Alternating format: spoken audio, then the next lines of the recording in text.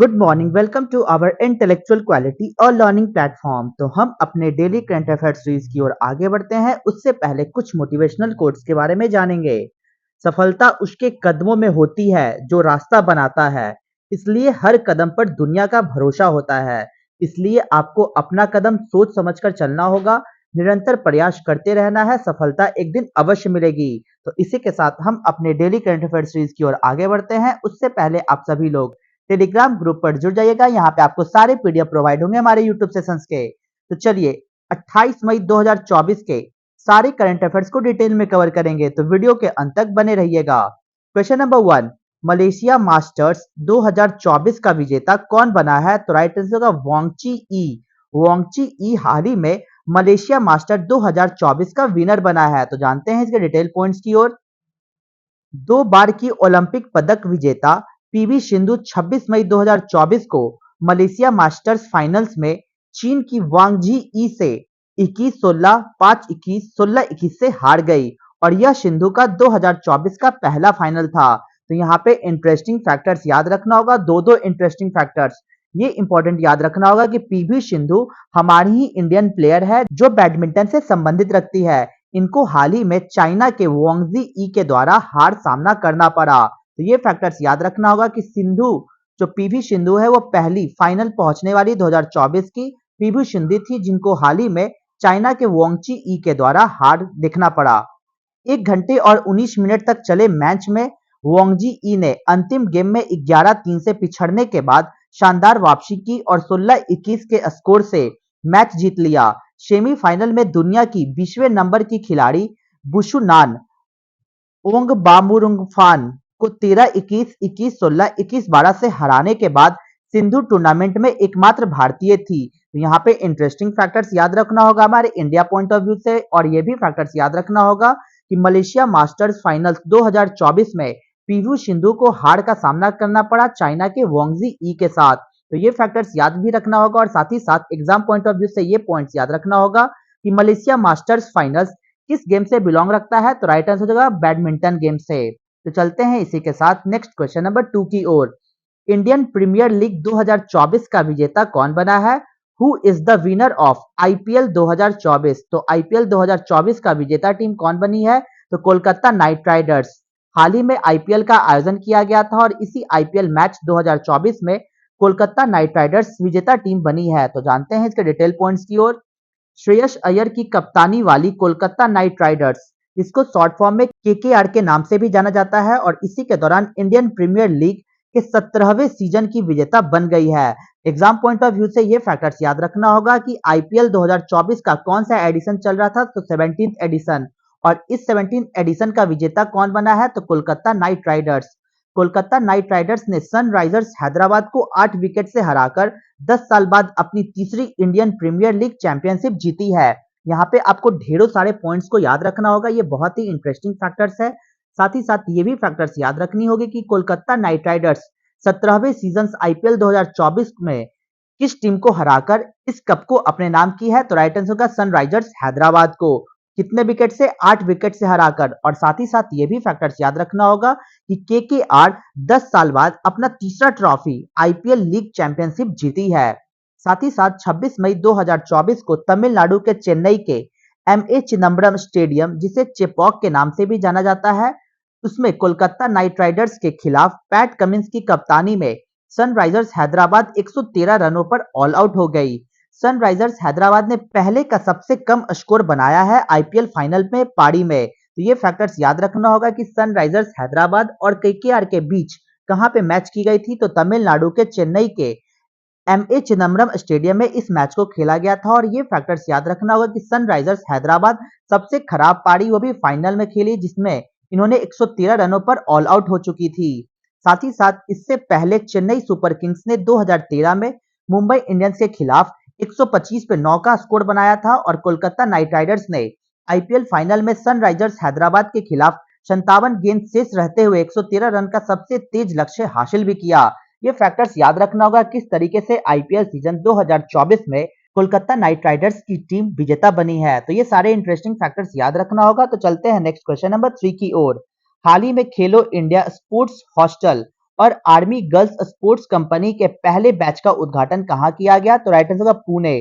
पुणे में हाल ही में खेलो India sports के हॉस्टल और साथ ही साथ आर्मी गर्ल्स स्पोर्ट्स कंपनी की पहली बैच का उद्घाटन पुणे में किया गया। तो जानते हैं इसके डिटेल पॉइंट्स की ओर।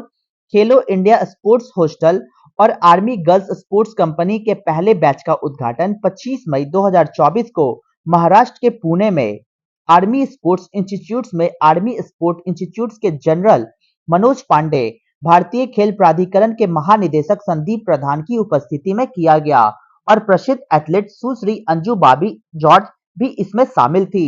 तो ये सारे फैक्टर्स याद रखना होगा कि Khelo India sports hostel RB girls sports company के पहले बैच का उद्घाटन महाराष्ट्र के पुणे में किया गया।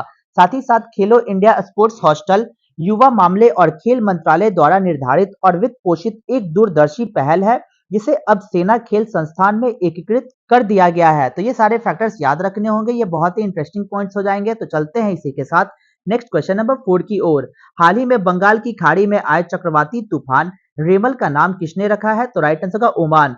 ओमान के द्वारा एक बंगाल की खाड़ी से आए चक्रवात का नाम रखा गया रेमल। तो ये फैक्टर्स याद रखना होगा। तो चलते हैं इसके डिटेल पॉइंट्स की ओर। 25 मई 2024 को उत्तर पश्चिम और निकटवर्ती उत्तर पूर्व और पूर्व मध्य बंगाल की खाड़ी के ऊपर गहरा दबाव तेज होकर चक्रवाती तूफान रेमल में बदल गया। ओमान द्वारा नामित रेमल, जिसका अर्थ होता है अरबी में रेत है, इस प्री मानसून सीजन में बंगाल की खाड़ी के ऊपर पहला चक्रवात देखा गया।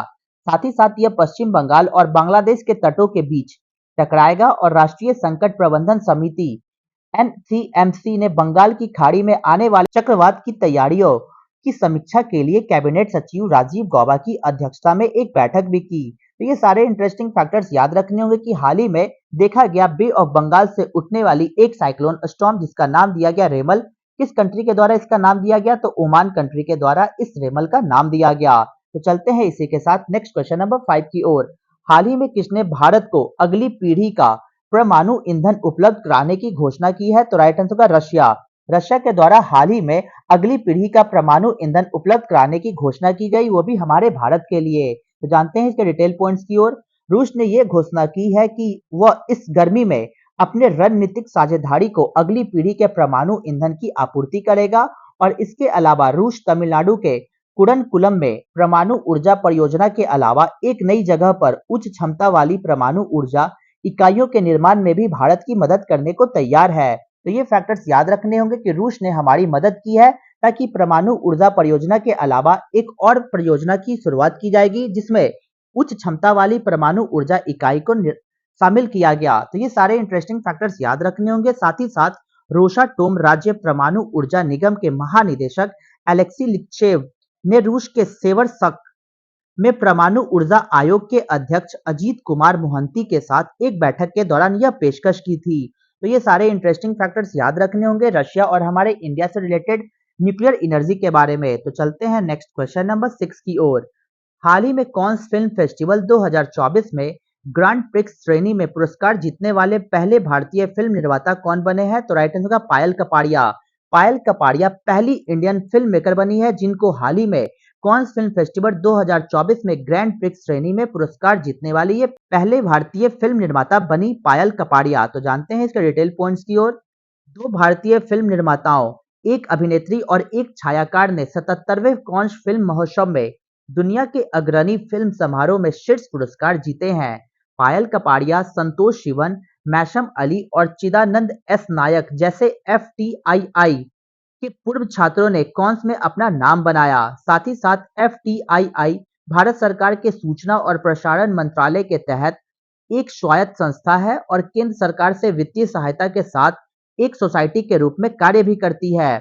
उर्मिमाला बरुआ 77वें कॉन्स फिल्म फेस्टिवल में रेड कॉर्पेट पर चलने वाली पहली भारतीय पेजेंट निर्देशक बन गई है। तो ये इंटरेस्टिंग फैक्टर्स याद रखना होगा। सबसे इंटरेस्टिंग फैक्टर्स याद रखनी होगी 77वें कांस फिल्म फेस्टिवल्स में हाल ही में पायल कपाड़िया को अग्रणी फिल्म समारोह में शीर्ष पुरस्कार से सम्मानित किया गया। तो ये सारे इंटरेस्टिंग फैक्टर्स याद रखने होंगे। तो चलते हैं नेक्स्ट क्वेश्चन नंबर 7 की ओर। हाल ही में मुनीब अमीन भट्ट को नासा के हॉल ऑफ फेम में शामिल किया गया। वह किस राज्य से बिलोंग रखता है? तो राइट आंसर होगा जम्मू एंड कश्मीर से। जम्मू एंड कश्मीर से संबंध रखने वाला मुनीब अमीन भट्ट को नासा के हॉल ऑफ फेम में शामिल किया गया? तो जानते हैं इसके डिटेल पॉइंट्स की ओर।